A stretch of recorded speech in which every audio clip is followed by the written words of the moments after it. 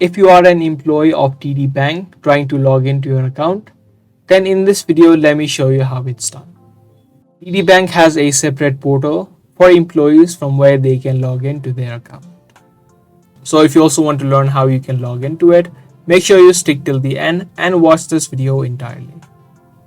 Search for TD Bank employee login, and once you do, you can see the first search result which says retail branch/store employee portal. Click on this first link and it's going to take you to the section of logging in. If you're from Canada, click on the TD My Time. If you're from US, click on this link on the right side. In this section, you'll see the sign up page. Now in the first box, you'll need to type in the username that is provided to you. And similarly in the second box, also type in the password.